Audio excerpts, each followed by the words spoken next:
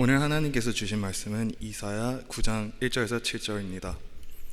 전에 고통받던 자들에게는 흑암이 없으리로다. 옛적에는 여호와께서 스불론 땅과 납달리 땅이 멸시를 당하게 하셨더니 후에는 해변길과 요단 저쪽 이방의 갈릴리를 영화롭게 하셨느니라. 흑암에 행하던 백성이 큰 빛을 보고 사망의 그늘진 땅에 거주하던 자에게 빛이 비치도다.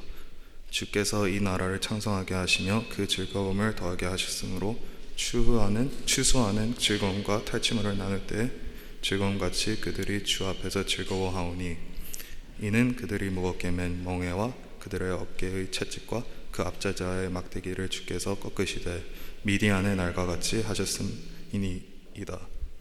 어지러이 싸우는 군인들의 신과 피 묻은 겉옷이 불의 섭같이 살라지리니 이는 한 아기가 우리에게 낳고 한 아들을 우리에게 주신 바 되었는데 그의 어깨에는 정사를 메었고 그의 이름은 기묘자라 모사라 전능하신 하나님이라 영존하는 아버지라 평강의 왕이라 할 것임이니라. 그 정사와 평강의 더함이 무궁하며 또 다윗의 왕자와 그의 나라에 군림하며 하여 그 나라를 굳게 세우고 지금 이후로 영원히 정의와 공의로 그것을 보존하실 것이라. 만군의 여호와의 열심히 일을 이루시리라. 아멘.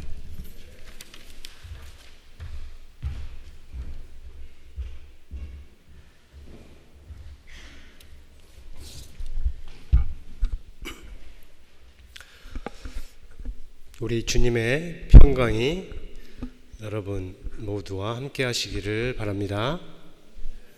오늘은 대림절 둘째 주예요. 이 시절에 우리는 세상의 빛으로 오신 예수님을 우리가 전에 받은 대로 기억을 하고 그가 다시 오실 것을 고대합니다. 세상의 빛으로 오시는 분이 필요하다는 것은 세상에 어두운 부분이 있거나 세상이 어둡다는 말이 됩니다. 본문에는 스불론, 납달리, 갈릴리 땅을 가리켜서 사망의 그늘의 땅이라 부르고 그 안에 사는 사람들을 향해서 흑암에 행하던 자라고 하고 있습니다. 이유는 한편에는 이방 나라의 압제가 있고 또 다른 편에는 그들과의 싸움이 있고 그리고 중심에는 그 나라의 부패한 지도자들의 불의가 있었기 때문입니다. 그래서 어둡습니다. 그래서 어둠입니다. 하지만 그곳에 구원의 메시지가 선포되었습니다. 흑암에 행하던 백성이 큰 빛을 보고 사망의 그늘의 땅에 거주하던 자에게 빛이 비칠 것이라 라고 말씀하셨습니다. 왜냐하면 하나님께서 압제와 전쟁을 끝나게 하실 것이고 그의 나라를 창성하게 하시고 거기에 즐거움을 더하게 하실 것이기 때문이에요. 자, 이것은 그냥 한 선지자의 근거 없는 희망사항이 아니라 혼돈 위에 빛이 있으라 말씀하셨을 때 빛이 나고 말씀으로 천지를 창조하시고 아브라함과 그의 자손 아브라함의 자손을 애굽의 종살이에서 큰 손으로 구원하신 이 하나님의 역사와 그 하나님의 말씀에 근거한 확실한 소망의 약속이죠. 그리고 구원을 베풀 구원자에 대해서 이렇게 말씀하시는데 6절입니다. 우리 6절은 오늘 한번 같이 읽어보겠습니다. 시작. 이는 한 아기가 우리에게 낳고 한 아들을 우리에게 주신 바 되었는데 그의 어깨에는 정사를 메었고 그의 이름은 기묘자라 모사라 전능하신 하나님이라 영존하시는 아버지라 평강의 왕이라 할 것입니다. 네, 여기에서 정사라는 말이 있죠. 정사라는 말, 영어로 government라는 말이 여기 있는데 이거는 한 나라를 다스리는 권세를 가리켜요. 성경 전체에서 딱 2번 나오는 2번 쓰인 단어인데 요 본문에서 6절과 7절에서만 딱 2번 쓰인 겁니다. 그냥 보통 왕을 가리키는 게 아니고 보통 왕의 건세를 가리키는 게 아닌 것을 알 수 있죠. 이거는 메시아의 왕권을 가리키는 말이다. 우리가 그렇게 이해를 하면 됩니다. 그리고 그의 이름으로 주어진 것들을 보세요. 한글 성경으로는 5개가 있고 영어 성경으로는 4개가 있는데 모두 다 하나님의 높으신 하나님을 가리키는 이름들이에요.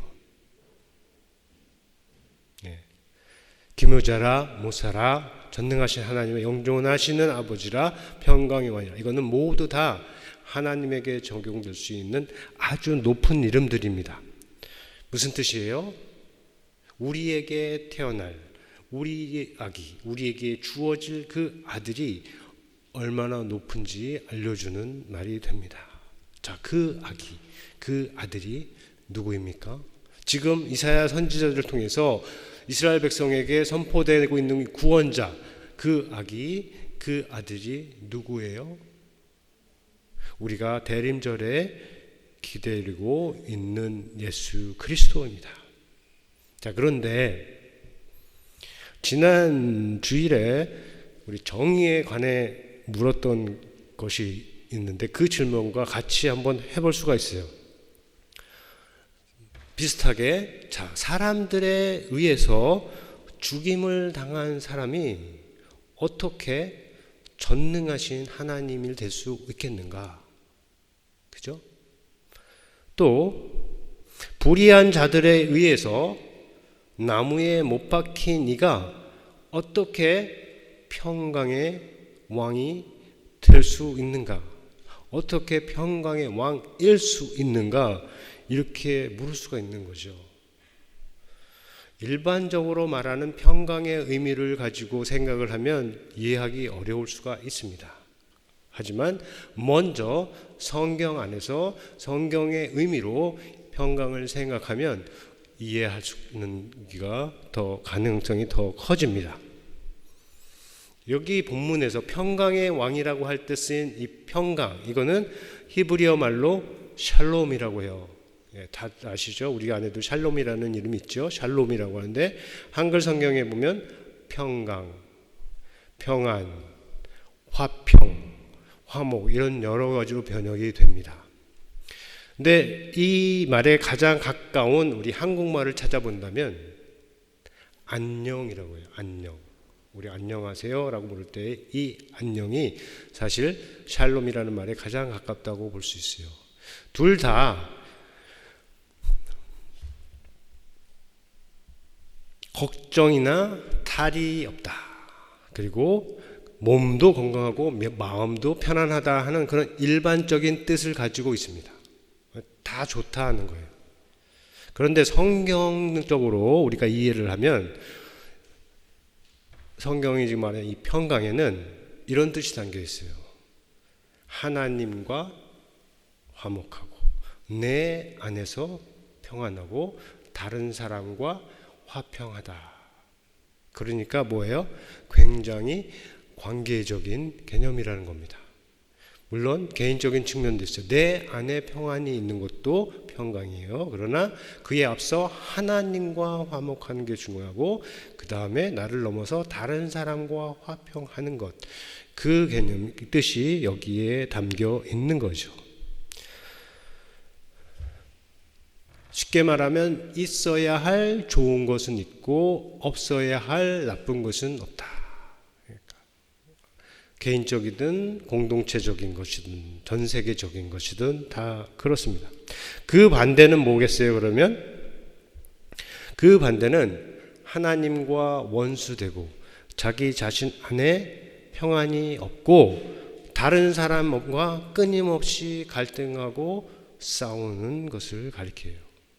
영적 분열, 정서적 불안, 사회적 갈등으로 나타나고 그것의 매개로서는 시기, 질투, 분노, 욕심, 열등감이나 우월감, 궁핍함이나 풍요로움이 다 될 수가 있어요. 물론 이 모든 것은 우리 모두에게 해당이 되고 또 다 이해할 수 있는 것들이지만 이것들을 경험하는 것하고 이것들의 지배를 받는 것은 다르다는 것이죠. 세상에는 하나님의 역사가 있듯이 죄의 영향, 죄의 역사라고 부를 수 있는 것들이 분명히 있어요. 우리가 살고 있는 이 지구 생태계가 위기에 처했는데 이것이 인간의 탐욕 때문이라 하는 것은 하나님을 믿지 않는 사람들도 대부분 인정하는 것입니다. 자, 전쟁이 있죠. 전쟁을 끝내야 할 이유가 있고 또 끝낼 수도 있음에도 불구하고 전쟁이 끝날 기미가 전혀 보이지 않는 전쟁들이 지금도 진행 중에 있어요. 분노의 영향이 큽니다. 또 전쟁이 없는 평화로워야 할 나라들 안에서는 안보라는 이유로 압제적인 독재가 있고 민주주의라는 미명하에 칼 들지 않는 권력 암투, 권력 쟁투가 있으며 자본주의라는 보호 아래 축제의 탐욕이 만연하다. 우리가 사는 세상입니다. 자, 그렇게 하는 사람들보다 더 많은 것은 그들로 인해서, 그들의 탐욕으로 인해서, 그들의 분노로 인해서, 그들의 전쟁으로 인해서 피해를 보거나 희생을 당하는 사람들입니다. 우리가 듣는 일반적인 뉴스에는 잘 나오지 않지만 관심을 가지고 조금만 찾아보면 얼마나 많은 사람들이, 얼마나 많은 수의 사람들이 희생을 당하고 있는지 우리가 알 수 있어요. 자, 이러한 때 우리가 어떻게 평안을 얻을 수 있는가? 우리가 어디에서 평안을 얻을 수 있는가? 질문을 할 수 있습니다. 질문이 바뀌었죠. 앞에서는 어떻게 예수님이 평강의 왕이 될 수 있는가? 라는 질문이었다면 이제는 우리가 세상을 본 지금은 이런 때에 이런 세상에서 우리가 어떻게 어디에서 참 평안을 얻을 수 있는가, 찾을 수 있는가 라고 물을 수 있습니다. 그렇다면 우리가 알듯이 우리의 믿음의 고백 차원에서는 예수 그리스도에게서 우리가 평안을 얻을 수 있고 평안을 찾을 수 있다라고 고백을 할 수 있죠. 자, 카일 준커라는 사람이 있어요. 특별히 불안과 공포가 어디에서 오는지, 그리고 예수님이 어떻게, 예수 그리스도께서 어떻게 평강의 왕이 되실 수 있는지 자기 삶으로 경험을 하고 그것을 지금 증거하는 사람입니다. 이 사람이 고등학교 다닐 때까지 교회를 다녔어요. 그러니까 세컨더리 스쿨 마칠 때까지 교회를 다녔습니다. 그런데 졸업할 때는 그냥 교회에 다니는 사람이었어요. 노미널 크리스찬이었다는 거죠.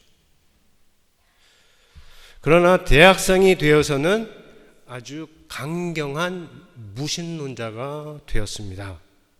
그래서 하나님이 존재하지 않는다는 것을 안다라고 생각을 했고, 그리고 기독교의 모든 오류를 다 안다라고 생각을 하면서 그리스도인들을, 교회에 다니는 사람들을 조롱을 하는 그런 사람이 되었어요. 그 시절에 그의 삶의 주인은 하나님이 아니라 자기 자신이었어요. 모든 것이 자기 자신을 중심으로 돌게 했습니다. 그래서 자기가 가장 바라는 것은 이 세상에서 가장 성공하고 가장 재미있고 가장 흥미롭고 가장 중요한 사람이 되는 것이었습니다. 그러나 원인을 알 수 없는, 원인을 모를 공황 발작, 패닉 어택이죠. 공황 발작과 불안, 앵자이어티, 이 불안을 당하면서 너무 고생을 했고 포기할 때에 하나님을 새롭게 만나고 하나님의 평강을 얻게 되었습니다. 자, 여기서 함께 듣고 생각해 볼 내용이 좀 더 있기에 이 뒷부분을 좀 더 자세히 전하겠습니다. 마침 우리 청소년들이 함께해서 더 좋은 것 같습니다. 조금 더 뒤에 얘기를 하자면, 뒷부분 후반부 얘기를 하면, 이 카일은 자기의 영광을 추구했어요. 퍼스널 글로리피케이션을 추구했다고 했죠. 그런데 동시에 건강이 나빠졌습니다. 19살에 공황 발작이 시작되었고, 그 증세를 겪어본 사람은 알지만 너무 힘들었습니다. 그리고 이 패닉 어택의 횟수가 자꾸 늘고 예측이 더 어려워지면서 이 불안에 사로잡히게 되었습니다. 몸은 더 나빠졌고, 목이 부어서 숨 쉬는 것조차 걱정을 해야 했고, 손, 발, 얼굴 이 모든 곳에 떨림과 버닝, 열기, 무감각 사이를 오가게 되었습니다. 2015년 대학 마지막 학기에는 여러 의사들을 찾아다녔다고 합니다.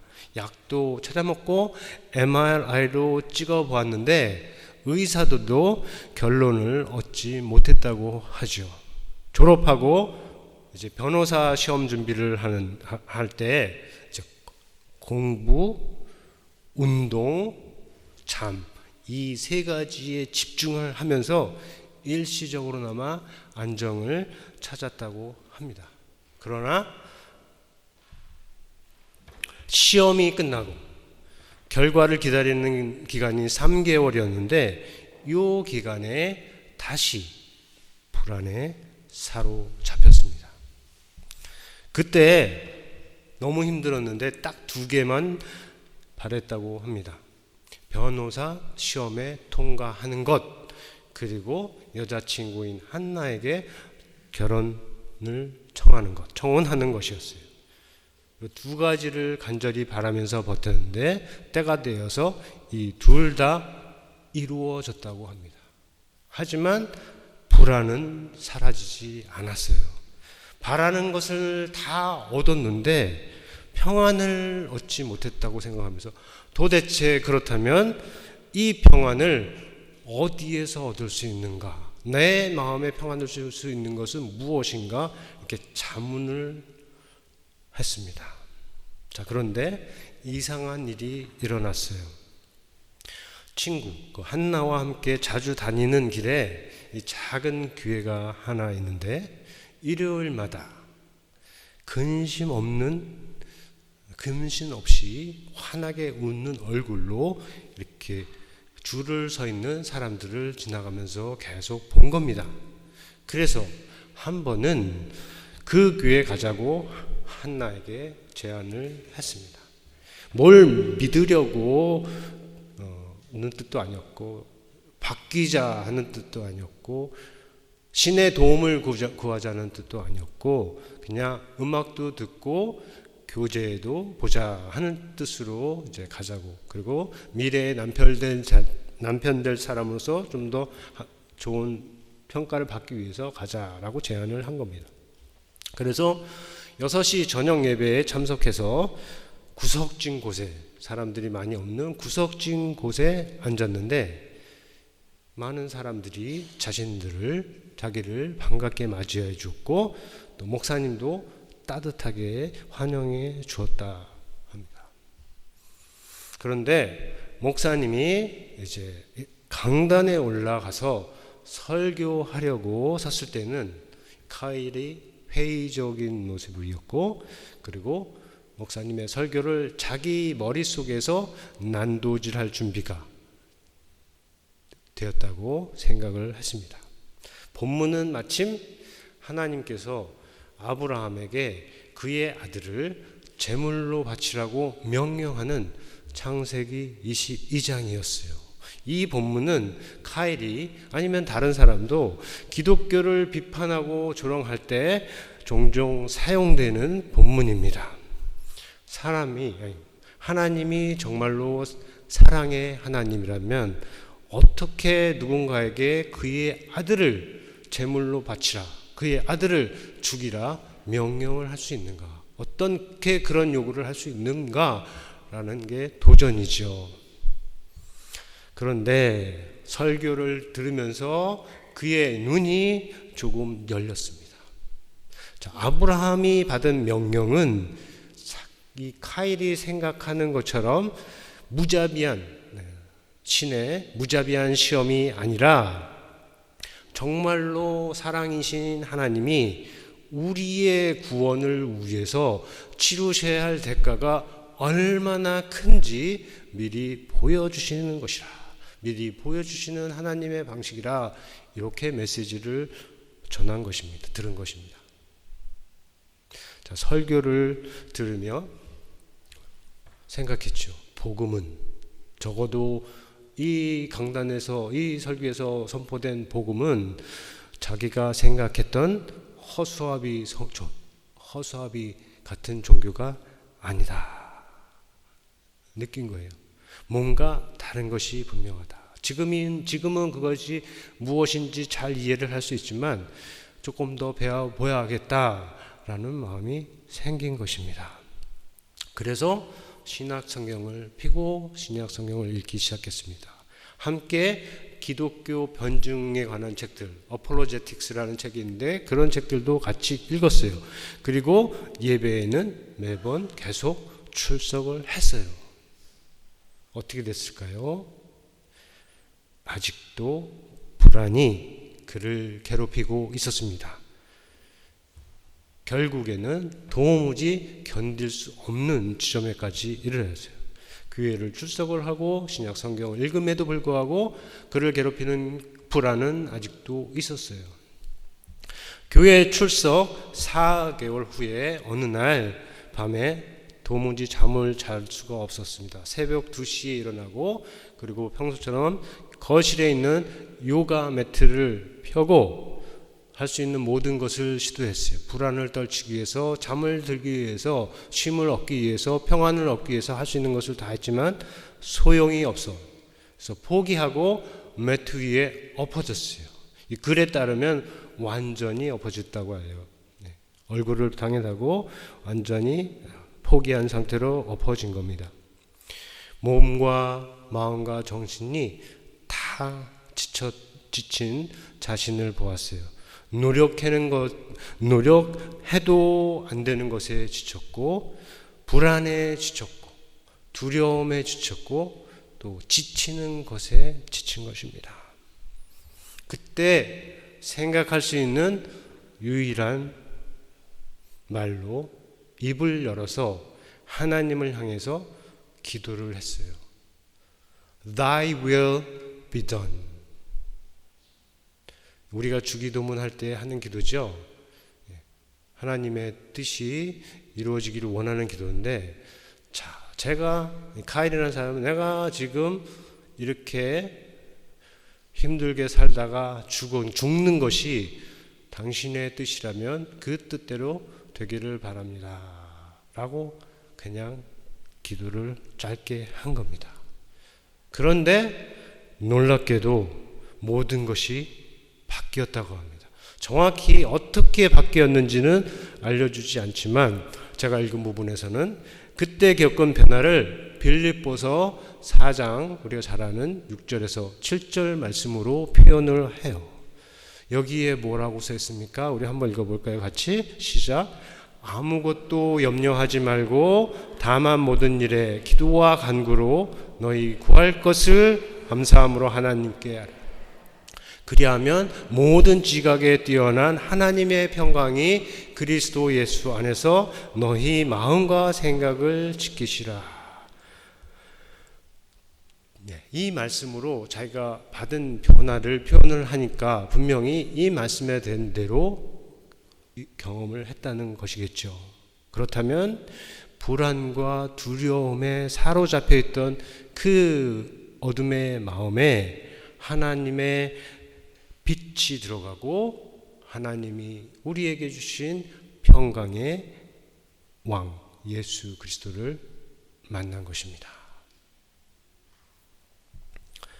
그래서 끝으로 이렇게 말을 합니다. 하나님의 평강이 나의 삶을 바꾸었습니다. 불안과 두려움을 이기는 힘을 주었고 기쁨과 소망이 우울과 절망을 대체하면서 내 몸이 치유되기 시작했습니다. 내 몸이 좋아지기 시작했습니다.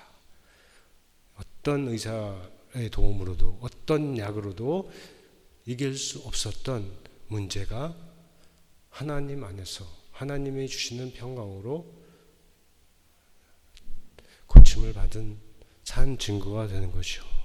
그래서 이것은 카일이라는 사람의 간증이기도 하지만 또한 그와 같이 예수께로 와서 하나님이 주시는 평강을 얻으라 하는 인비테이션, 초청이기도 한 것이요.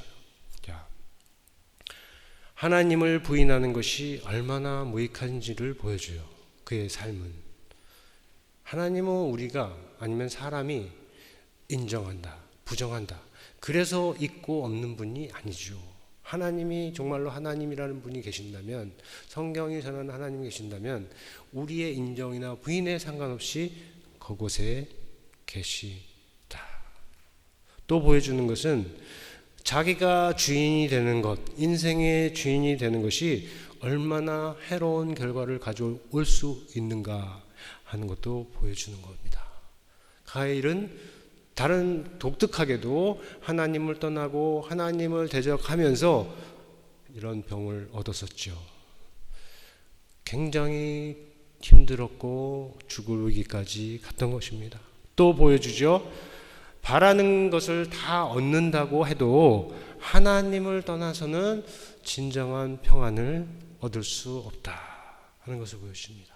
그리고 우리가 말하는 이 하나님의 평강이라는 것, 하나님께서 주시는 이 평강이라는 것이 얼마나 실제적인 것인지, 리얼한 것인지도 우리에게 보여주는 것입니다. 그렇습니다.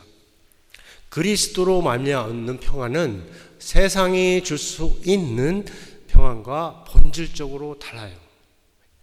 Different in nature and in quality. 본질적으로 다른 게 하나님의 평강입니다. 자, 세상에서 얻는 성공, 소원 성취, 음식, 내가 좋아하는 거, 약, 여행, 운동, 이런 모든 것들이 우리에 주는 게 평안이 있습니다. 그렇지 않습니까? 그래서 우리가 이것도 하고 저것도 하죠. 하지만 그것들을 아무리 해도, 그것들을 아무리 많이 얻어도 내가 감당할 수 없는 불안과 두려움과 걱정이 있다 하는 것이에요.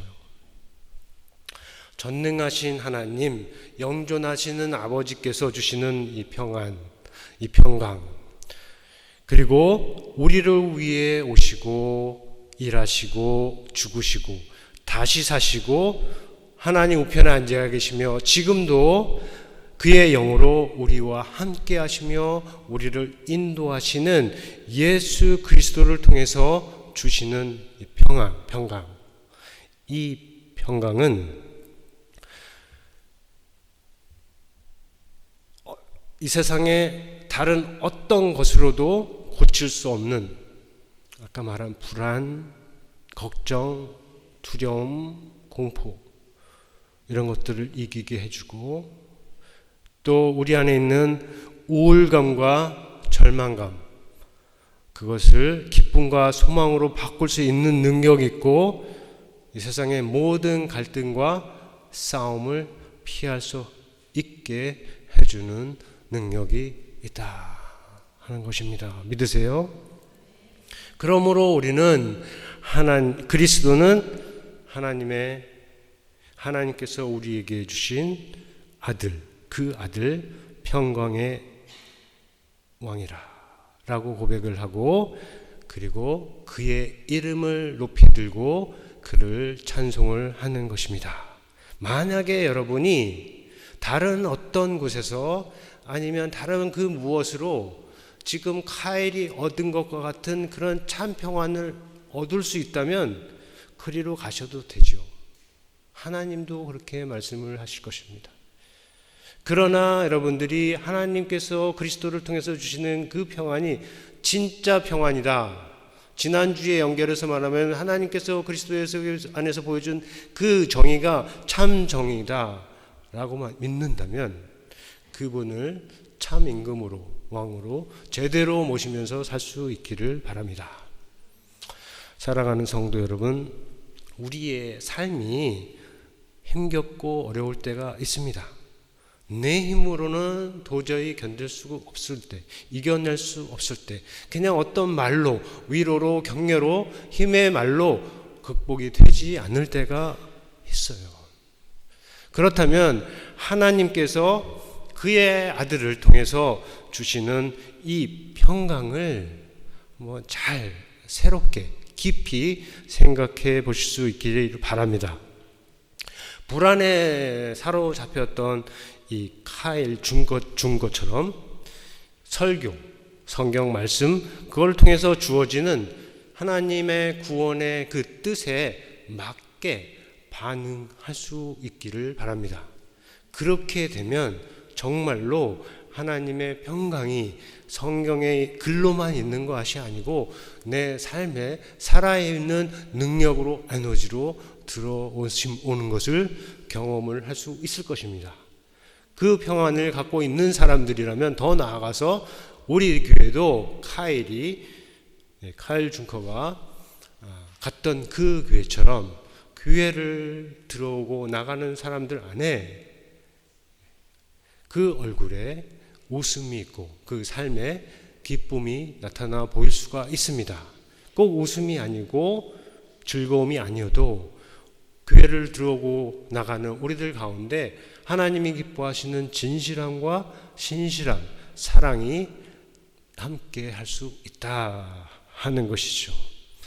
저와 여러분이 그러한 교회를 바라보고 함께 나가기를 원하며, 그렇게 하기 위해서 먼저 여러분 각 사람이 예수 그리스도 안에서 주신 평강의 왕이신 예수 그리스도 안에서 주시는 하나님의 평강을 정말로 경험을 얻고 경험을 하고 그 안에서 살아가야 할 것입니다. 그 일이 오늘 예배에 온 여러분 모두, 또 예배에 함께 참석하지 않은 우리 모두 성도 가정에 함께 하기를 예수님의 이름으로 축원합니다.